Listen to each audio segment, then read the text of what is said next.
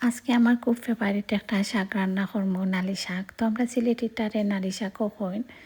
তো আমি for the first time আজকে রান্না করলাম আর বাংলাদেশ ফোন দিয়ে আমার কাছ থেকে রেসিপি জানি লাইলাম কিলাখান রান্না করেন। তো শাক কাটা আসলে হয়েছে না আর আমি আর ছোটো ছোটো করেও কাটিতাম পারছি না।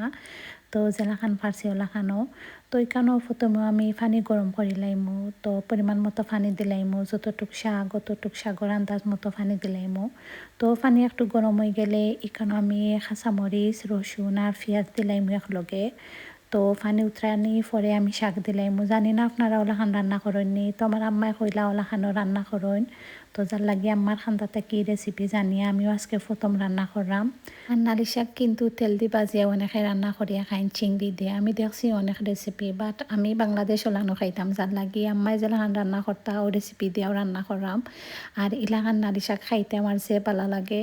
তো আজকে আর শাসনি নাই, যার লাগি আমি শাসনি মিস করছি। এটার লগে বাংলাদেশের লেবু কিংবা শাসনি থাকলে বেশি মজা লাগে খাইতে, আবার নাগামরিচ দিয়েও খাইতে কিন্তু ভালো লাগে।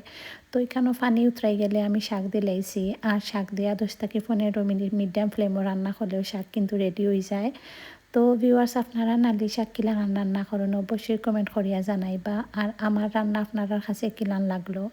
আর আমি একটু নালি শাকর পাতা রাখছি, নালি শাকর পাতা দিয়া কিন্তু শুটকি রান্না করিয়া খাইলে যে পালা লাগে, শুটকি শিরা। তো নেক্সট ডে আপনারা লগে নালি শাকর পাতা দিয়া শুটকি শিরা রান্নার রেসিপি শেয়ার করবো আজকে ভিডিওতটুকু।